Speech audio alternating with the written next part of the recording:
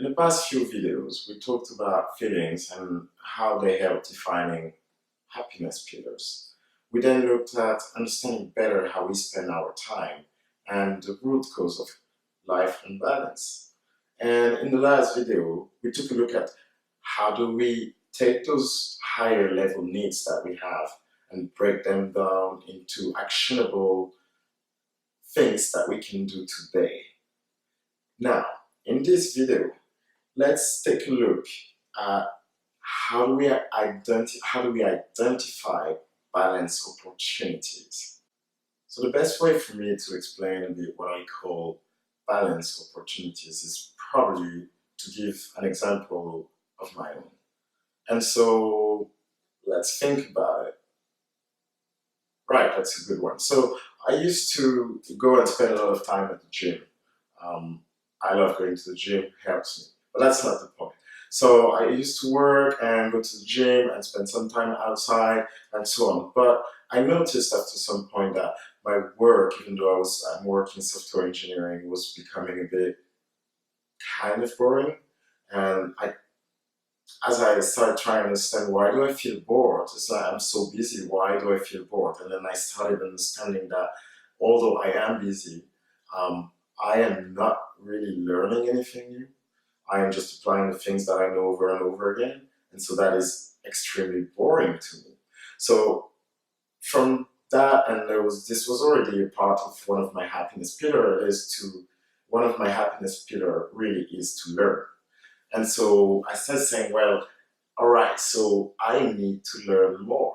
But if I look at my agenda, I mean, how I spend my time, and I wrote it down for the past 2 months, and I can see that, well, really, I don't have time to go to university.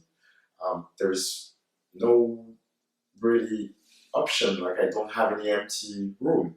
Well, as I said before, um, making your life more balanced doesn't mean you need to find more time, but you need to look at the things that you're doing now and identify a place where you can replace something or add something. And so essentially I had a few ideas. I saw I want to learn new things. I need to learn again.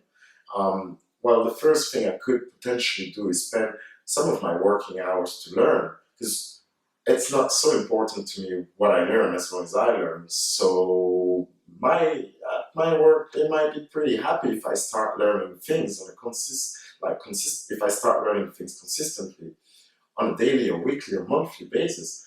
And so I set myself a new goal that, all right, each month I want to learn a new skill at work, maybe a soft skill or a software engineering skill.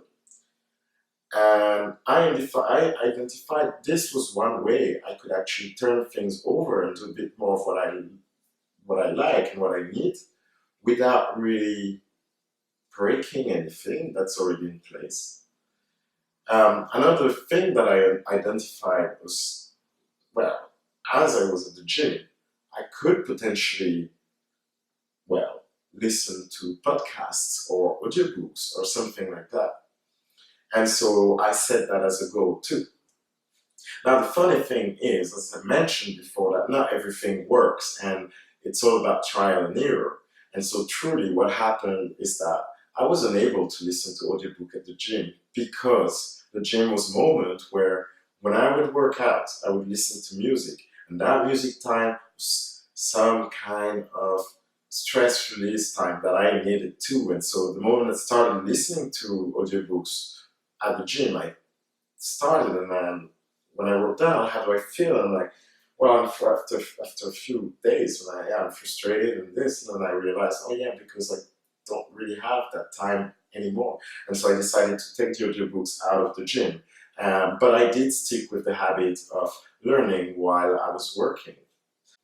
Take a look at the things that you are doing, and through one of those exercises, you could write down like, hey, this is how I spent last week or last few days at least. And so take a look at how you spend your time, and you have the things that you need, and identify in these, could I do something new? Because you have your list of actions that you could take, and you have how you spend your time. And so Yeah, if you just look and say, hey, can I add this here? Can I do this? Can I do that? That's the way you would basically identify balance opportunities. And take those opportunities and set them as goals. But do not worry whether or not you achieve those goals, but set them as goals on a weekly basis, on a monthly basis, on a yearly basis. Simply say, hey, I want to do more of this while I'm doing that, or I want to do it. And that's it. Identify the opportunities, set them as goals. Of course, you saw it coming. And the next thing I would ask for you to do is, all right, do a little exercise and, take 20 minutes. Take the things that you wrote down about how you spend your time, about the things that you could do today to be more balanced, and make a list of different things you could do.